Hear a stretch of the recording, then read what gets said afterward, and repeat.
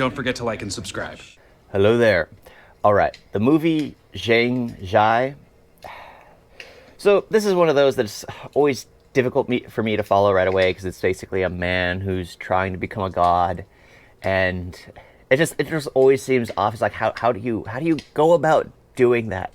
So there's a war between like three factions, and Jiang Ziya is the leader of it. And in order to get his place as being the first god, he needs to kill the nine-tailed fox. And he can't do it because there's an innocent clutched in her clutches. And the nine-tailed fox is good at doing mimicry and illusions and things like that. So everyone's saying that his mind was poisoned. And he's not allowed to return to heaven until he accepts the fact that it was a lie that he saw. It wasn't true. He didn't see a lie. It was true. 10 years pass and he ends up seeing the girl that he saw in the nine-tailed fox's clutches. And he goes about trying to follow her, assisting her, trying to find out what is real, what is the truth, what is actually going on. Of course, the gods had lied to him. Of course, the nine-tailed fox was still alive. It wasn't never killed because she attached her soul to that innocent that was in her clutches. Yeah. There are a lot. Honestly, this movie seemed like the Hidden Leaf Village before the fourth Hokage killed or captured the nine-tailed fox and sealed it in the belly of like a newborn child. Yeah, because that's all I was thinking. It was just like the nine-tailed fox is wrecking havoc. So it was like, oh, Kurama. Yeah, Kurama's wrecking havoc.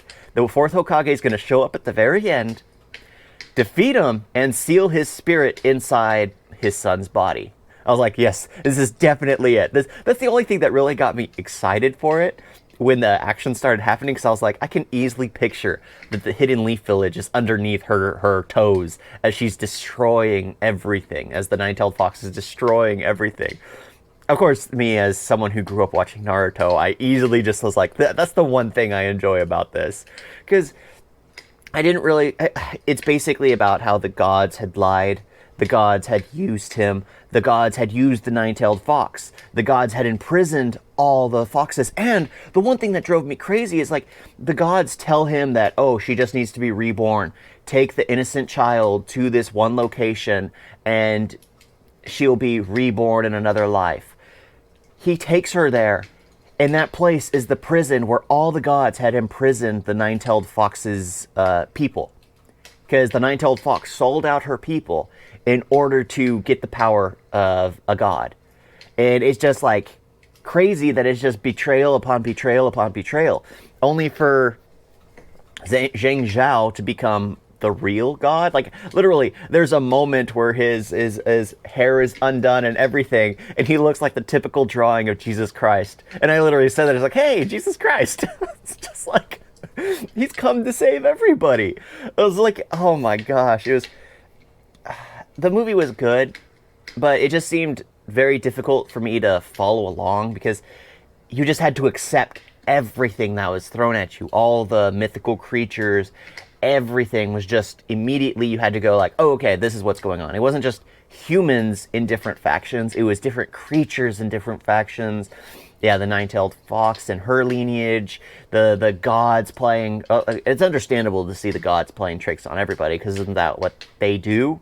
The gods always seem to use and manipulate, and it's just like, it's like a game of marbles. I was like, what can we get to hit this pair? Especially in movies, that seems to always be the case.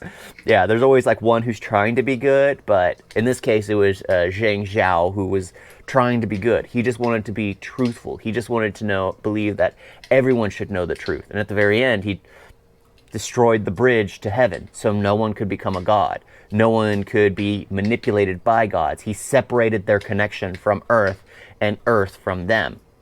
Which is honestly a nice little thing because just like, you know what, that now Earth can destroy itself in its own way or can succeed in its own way. It's their choosing. It's free will at that point because the gods can no longer forcibly manipulate or use greed and things like that to just get what they want out of everything. So I actually did enjoy the outcome of the story. It's just, it hurt me because there was a little creature, four-like, and it reminded me of my dog. If you've seen some of my other movies, he pops up every now and then. Yeah, but it reminded me of my dog, Bolt, because he would always go after food. He would always be incredibly smart, mischievous, but incredibly cute as well. And I was like, that is definitely the soul of my dog. And then they got rid of it. It just hurt me. I literally needed to pause the film, get up, and go take care of other things. Because it was like, I can't. It hurt. Because it was like, that's my little baby right there. That's my baby right there. And it's just like, they killed him off. Oh my gosh. It definitely isn't a kid's film. Because it seems like everyone dies. Everyone dies. I gotta say though, the post-credit scene was funny. It didn't serve a purpose whatsoever, but if you watched Neza, I've done a review on it already, but Neza, they have a cross right there, and the main character, Jiang Ziya, has OCD.